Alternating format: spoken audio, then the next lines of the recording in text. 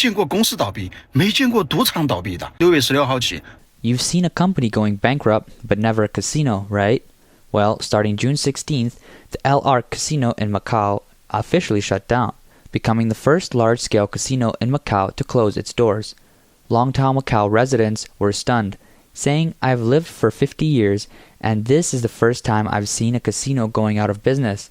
The casino was already up for sale last year with the price tag of 2 billion Hong Kong dollars, including the hotel, casino, restaurants, and spa, all bundled together.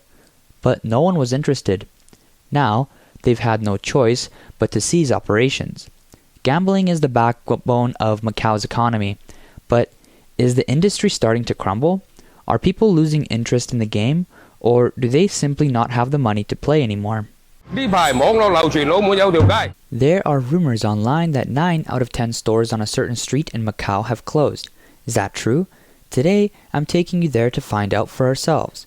Alright, we've arrived at the entrance of this tourist street. Let's take a look. Up ahead, there's already one store that's closed. Over here, a total of 23 businesses have shut down, just like the rumor said.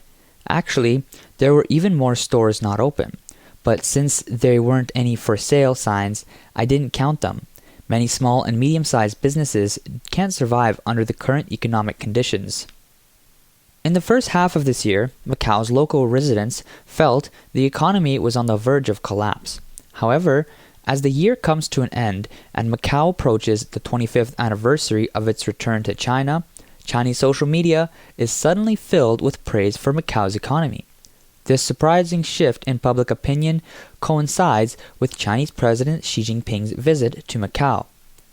On December 18th, Xi Jinping arrived in Macau with his wife Peng Liyuan, along with Director of the General Office of the CCP Central Committee Cai Qi, Vice President of the State Council He Lifeng, and other officials. On the morning of the 19th, she visited Macau University of Science and Technology to learn about traditional Chinese medicine research and the State Key Laboratory for Lunar and Planetary Sciences. Later, he toured the Guangdong-Macau In-Depth Cooperation Zone in Heightened. That evening, she attended a welcome banquet and cultural performance hosted by the Macau government. The next day, he participated in the ceremony marking the 25th anniversary of Macau's handover and the inauguration of Macau's 6th administration. During Xi's visit, security in Macau was heightened once again. Measures ranged from banning drones to strengthening airport security checks. Some light rail stations were also temporarily closed. On December 18th, Lotus Station posted a notice announcing the suspension of services at certain stations from the 18th to the 20th. When asked by residents, station staff confirmed it was due to Xi Jinping's visit. Some citizens questioned the necessity of such measures, asking what does a light rail station have to do with Xi Jinping's security? Macau's light rail also suddenly announced the suspension of cross-sea services. From December 18th to the 20th, the Taipa line stopped operating across the sea, only running trains up to Pai Kok Station. Stations such as Bara, Ocean, Racecourse, and Stadium were temporarily closed. The notice did not mention the reason for the suspension. However, since the dates aligned with Xi's visit, many assumed the two were related. On December 16th, as Xi's visit began, checkpoints were set up at all crossings between Zhuhai and Hengqin. Trucks were prohibited from entering, while cars require facial recognition for entry, severely disrupting daily life. One driver complained in an online chat saying, "What is the government trying to do? The economy is already bad, and now they're making things worse for ordinary people." The chat room was soon shut down. On December 17th, residents of Zhuhai reported heightened security across the city, especially on Hengqin Island. Police officers, armed forces, and roadblocks were everywhere, with some sections of the road sealed off by metal sheets. Speedboats patrolled the waters, and anyone caught taking photos was immediately told to leave. By December 19th, several traffic roundabouts in Macau remained under lockdown, with traffic restrictions in place. In a more unusual move, all public display screens across Macau were ordered to shut down. This led to an unexpected sight. Advertisements at bus stops vending machine screens, and parcel locker displays were all covered with notices reading "out of service." Some vending machines even posted signs stating they would not be in use until the 22nd. Parking lot displays in Zhuhai were also affected, with entrance screens taped over. According to sources, not only were public displays affected, but robots with built-in screens were also turned off. Residents were puzzled by the extreme security measures. One person remarked, "In South Korea, if the president imposes martial law, they risk losing their position. But Xi Jinping can travel around freely under these heavy restrictions and nothing happens. It must be nice being a dictator." Some described Xi Jinping and Peng Liyuan's visit as leaving nothing but scorned earth behind them. The Macau government heightened security reflects the challenges the regions have faced over the past 25 years, including economic decline and the erosion of human rights and freedoms. Officially, Xi's visit focused on two major events: the 25th anniversary of Macau's return to China and the inauguration of Macau's new chief executive, Ho Lat-sung. On December 19th, Macau hosted a formal banquet for Xi, part of the standard official dinner. 5 years ago, on the same day in 2019, Xi attended a similar banquet during his previous visit. While he delivered speeches at both events, the tone and content were notably different. One key difference was the length of the speeches. In 2019, Xi's address was over 2,400 words. This year's speech was around 1,700 words, a reduction of more than 700 words. Another difference lies in the significance of the anniversaries. According to a tradition established by CCP leadership in the 1960s, smaller celebrations occur every 5 years, while grander events are held every 10 years. Xi's 2019 speech reflected this tradition, offering a more elaborate review of Macau's post-1999 achievements. He highlighted legislative efforts supporting Beijing, the Hong Kong-Zhuhai-Macau Bridge, and even the moderate development of Macau's gaming industry in 2002. But do these achievements truly reflect reality, or is it just self-congratulatory rhetoric? Macau's progress in democracy and freedom has taken a significant step backward. In 1999, when Macau was handed over to China, 56.2% of Macau's residents didn't feel strongly about the change. According to BBC data, the feedback was not negative. However, just a year later, 72% expressed dissatisfaction, noticing shifts in society. As a result, Macau residents, used to a lifestyle of democracy and freedom, began to resist. In 2008, the global financial crisis hit Macau, triggering social unrest. Unemployed workers took to the streets in protest multiple times. In response, the Macau government launched the Wealth Partaking Scheme, distributing cash to pacify the population and ease tensions. Macau retained a facade of openness after the handover, something never seen in mainland China. However, this didn't resolve the core issue of corruption infiltrating society. In 2014, the Macau government proposed a bill granting generous retirement benefits to senior officials. This sparked protest, with 20,000 residents taking to the streets, eventually surrounding the Legislative Assembly, known as the Anti-Compensation Protest.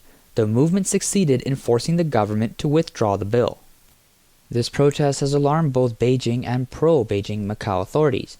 In 2018, Macau revised its laws on public assembly. Previously, gatherings only required notification to the Civil Affairs Office. The new law required approval from the police chief, widely seen as a severe regression of Macau's freedoms. In 2021, amid the aftermath of Hong Kong's anti-extradition protests, Beijing tightened its grip on Macau. Despite Macau's history of compliance, it was no exception. That year, Beijing reformed Macau's legislative elections, introducing the Patriots Governing Macau principle. All candidates faced stringent background checks. These authoritarian tactics were long tested on mainland Chinese citizens. Similar measures were employed during Xi Jinping's recent visit to Macau, including actions extending beyond China's borders. Former Macau activist Jason Chow, now living in the UK, told Voice of America that ahead of Xi's visit, mainland Chinese officials from the public security system contacted him directly via text. Chao said, "Last week, I received a message from Chinese public security officials asking me not to make disruptive comments, not to accept media interviews, and not to post anything online during Macau's 25th anniversary of the handover. The message was polite, but clearly threatening. I cannot accept such demands. This is cross-border intimidation, essentially threatening me for what I say or do in the UK." A Macau journalist now based in Taiwan named Choi Zi-choi shared a similar experience. He told Voice of America that mainland Chinese officials reached out to him as early as last month. Choi said, "They told me Xi Jinping was coming and that they were here to check on Macau's current situation. They admitted they don't usually know much about Macau, but whenever a national leader visits, they come to assess the area. I got the sense they wanted to identify potential risks and ensure Xi's visit to Macau would be completely secure. I told them there's no opposition left. You've disqualified all the pro-democracy candidates. Macau is peaceful now." He added, "For the CCP, eliminating the pro-democracy camp doesn't guarantee safety. This place isn't fully under the party's control. These officials from Beijing contacted us mainly to gather intelligence, understand Macau better, and deliver messages about what we shouldn't do. They want to monitor the movements of pro-democracy figures. In the past, Macau's pro-Beijing factions didn't accurately report the real situation, so now they reach out to Democrats or more progressive individuals to get a clear picture of what's really happening in Macau." Regarding the heightened security in Macau during Xi's visit, Choi said it reflects the steady decline in human rights and freedoms over the past 5 years. He said vending machines were shut down and public display screens were turned off. In a free and democratic place, it's hard to imagine a national leader's visit disrupting daily life like this. Recently, there was a car ramming incident in Zhuhai, and I think that may have influenced the tight security in Macau. 5 years ago, some independent media in Macau were still brave enough to report on things that weren't exactly harmonious. But just the other day, an independent outlet in Macau revealed they had no choice but to pull reports on the security lockdown. It's a stark contrast to 5 years ago. The media outlet Choi Zi-choi referred to it as Macau-based, all about Macau media. On December 18th, the outlet issued an apology explaining that it had to take down an article titled "Xi Jinping Visits Macau, Heightened Security, Vending Machines and Parking Spaces Sealed. Residents Mock the Overreaction." The apology included a pixelated photo of the original article, subtly preserving its content. Most Macau residents understood why the article was removed. This wasn't a spontaneous display of love for the leader, it was the standard behavior of an authoritarian regime protecting its power. A Hong Kong scholar now living in the UK named Wong Wai Kok said that large-scale protests in Hong Kong are rare these days, and expressing demands in Macau is even less likely. He noted that Xi Jinping's previous 2 visits to Macau coincided with unrest in neighboring Hong Kong, making the heavy security measures somewhat understandable at the time. However, with Hong Kong and Macau now subdued under China's national security laws, dissident voices have disappeared. Wong said he found the continued high levels of security perplexing. Wong questioned whether Xi deliberately avoids interacting with Macau society or its people. He said, "Is it that Xi Jinping doesn't want any direct contact with the public? Or is it that Macau's authorities intentionally create such intense atmospheres to instill fear? Or perhaps it's a combination of both, resulting in residents remaining indifferent to Xi's visit and the ceremonies he presides over." Choi Zi-choi believes the situation in Hong Kong and Macau today is vastly different from 5 years ago. Under the strict control of the national security law and with the pro-democracy camp dismantled, both regions have fallen silent. Another lasting impact of Chinese rule over Macau is its economic decline. The first major blow to Macau's economy came during the COVID-19 pandemic. Choi said Macau's population was wealthier than ever before, but when the pandemic hit in 2020, gambling revenue took a severe hit, causing the economy to plummet. VIP rooms used to account for over 70% of gambling revenue. After Beijing's crackdown on VIP rooms in 2021, their share fell to less than 20%. This marked a significant shift in Macau's gambling industry. Without high rollers, gambling revenue couldn't return to previous levels. The new casino licenses now require operators to diversify and offer non-gambling entertainment, gradually reducing the focus on gambling.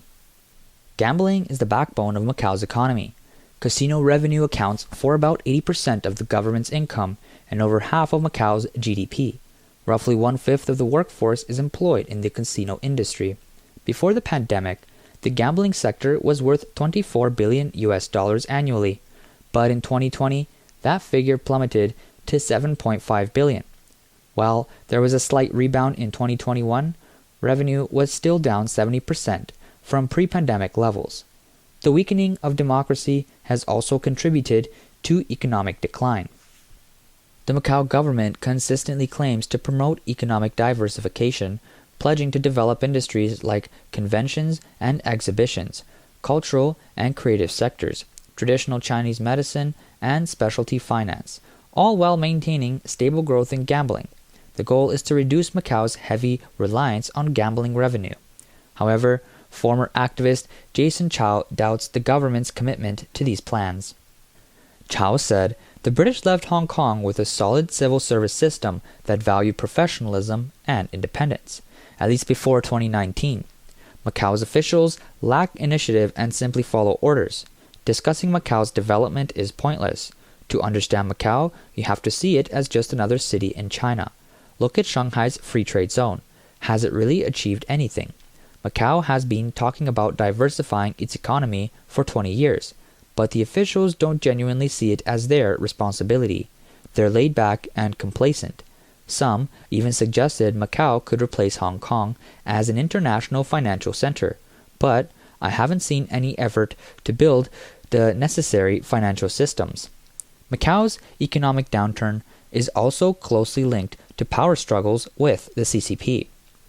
For years, Macau's casinos have been a primary channel for wealthy mainland Chinese and corrupt officials to launder money and transfer assets. Over a decade ago, The Economist revealed that corrupt mainland officials would buy casino chips in Macau, gamble briefly, and then cash out their winnings in Hong Kong dollars, transferring the money overseas. It is widely known that Macau's gambling industry heavily relies on gamblers from mainland China. Many of these high rollers are suspected of embezzling public funds from the mainland. Xi Jinping's anti-corruption campaign cut off Macau's primary source of high-stakes gamblers.